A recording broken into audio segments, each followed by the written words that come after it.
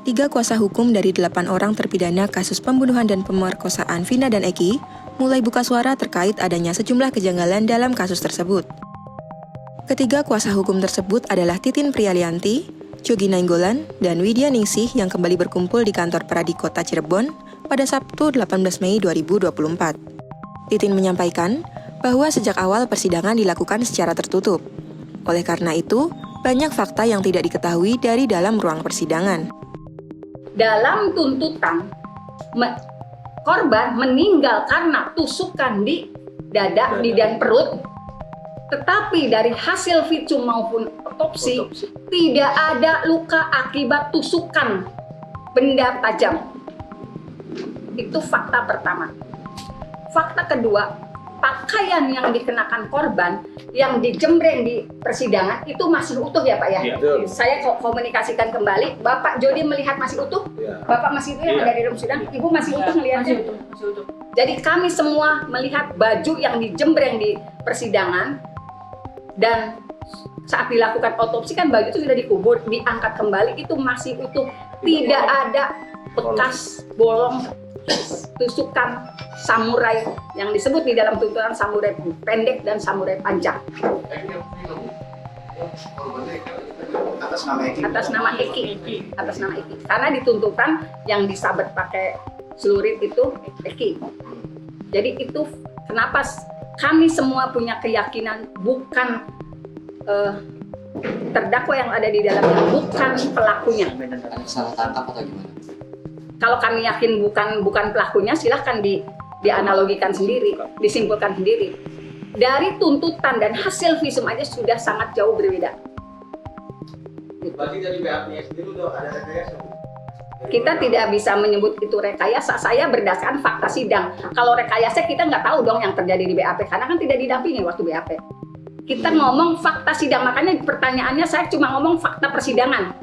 Jangan ngarah ke BAP, fakta persidangan ya Pak ya. Artinya ada ketidaksesuaian itu ya? Sangat tidak sesuai antara tuntutan sama hasil visum, fakta hukum hasil visum dan forensik. Tadi kan itu jasadnya Eki. Bagaimana dengan jasad Vina Eki? Digambarkan kematiannya sama karena benturan di belakang. Sama, enggak. Tapi tidak ada sabetan, tidak ada. Ada temuan sperma? Kalau dari hasil otopsi, hasil pada saat ini bukan hasil otopsi, hasil ketika pertama kali datang ya, ditemukan sperma. Cuman tidak juga dapat dijelaskan sperma itu milik siapa. Dokter juga tidak bisa menjelaskan itu. Kalau otopsi ada pemerkosaan atau apa hasil yang Di dalam persidangan tidak pernah bercerita masalah pemerkosaan ya Pak? Ingat nggak Pak? Di dalam dakwaan. Di dalam dakwaan tidak ada masalah pemerkosaan. Lebih lanjut, Titin selaku kuasa hukum Saka Tatal juga menyampaikan bahwa dirinya kecewa karena dalam proses persidangan mendapat perlakuan tidak nyaman. Pada saat itu, ada salah satu anggota polisi yang diminta menjadi saksi.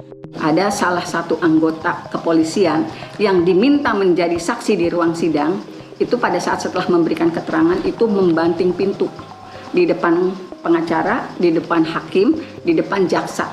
Dan kita yang berada di ruang sidang itu tidak bisa berbuat apa-apa. Membanting pintu sambil tangannya menyodorkan, jadi menunjuk ke terdakwa. Dia mengancam tapi bahasanya kita tidak jelas. Itu keluar dari ruang sidang sambil membanting pintu dan kita menyaksikan semuanya. Titin menerangkan, pada saat itu semua orang di dalam ruang sidang tidak dapat melakukan apa-apa atas tindakan tersebut. Kuasa hukum 8 terpidana juga yakin bahwa terpidana bukanlah pelaku pembunuhan. Faktanya, demi keadilan terpidana, mereka sudah pernah melaporkan kejanggalan kasus tersebut ke Propram Polda Jawa Barat, Komnas HAM, dan Komisi Yudisial, namun tidak membuahkan hasil. Dan bukti-bukti apa? Saya sudah melaporkan ke Propam Polda Jabar di tahun 2016 tanggal 7 September. Ini sudah kita laporkan. Kemudian juga pada saat perjalannya kita sudah melaporkan ke Komnas HAM, ini tanda terima dari Komnas HAM RI pada tanggal 13 September 2016. Juga kita sudah meminta ke Komisi Yudisial untuk melihat hasil persidangan itu seperti apa. Ini kita 23 November 2016. Sebenarnya kita sudah melakukan upaya sejak awal, bahkan jauh sebelum putusan turun. Bahkan Tetapi sama sekali tidak ada hasil. Pada 18 Mei 2024 lalu, Saka Tatal, salah satu terpidana kasus pembunuhan Vina dan Eki yang kini sudah bebas, buka suara.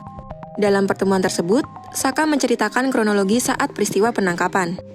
Mas Saka kenal nggak sih sama Eki dan Vina itu, korban yang meninggal itu katanya? Dari kedua korban saya tidak mengenali semuanya. Nggak ada yang kenal satupun. Satupun saya tidak mengenali. Terus Mas Saka bisa dijelaskan pada saat Mas Saka ditangkap di BAP, di apa itu Mas Saka seperti apa sih? Ya, waktu di BAP apa sih? Saya sebelum ketangkap saya disuruh sama paman ngisi bensin. Sama adiknya paman juga. Habis ngisi bensin saya mau nganterin motornya paman itu. Pas baru nyampe mau nganterin motor udah ada polisi. Saya datengin, saya kan ke situ niat cuma nganterin motor. Malah saya ikut ditangkap juga tanpa sebab apapun. Nggak ada penjelasan apapun. Langsung dibawa. Nyampe di Polresta, saya langsung dipukulin. Suruh mengakui apa yang bukan saya lakukan. Saya dipukulin, dijejekin, disiksa segala macam sampai disetrum. Terus akhirnya Mas Saka ngaku. Siapa yang ngetrumnya, yang mukulinnya siapa? Yang mukulin, yang ngetrum itu anggota polisi semua. Tapi kita nggak tahu namanya. Namanya saya nggak tahu. Terus akhirnya ngaku Mas Saka. Akhirnya aku juga. Kenapa ngaku? Apa nggak kuat? Apa gimana? Akhirnya aku juga itu karena terpaksa. Karena terpaksa udah nggak kuat gitu. Udah nggak kuat pukulin. lagi. Terus Mas Saka kan sekarang kan dengar ada 3 orang yang DPO. Kenal nggak sih Mas Saka? Dari ketiga tersebut saya tidak mengenali semuanya. Pengakuan mengejutkan satu persatu diungkap oleh kuasa hukum mantan narapidana Saka Tatal. Menanggapi hal tersebut, Kompolnas meminta Polda Jabar untuk segera merespon terkait kasus tersebut.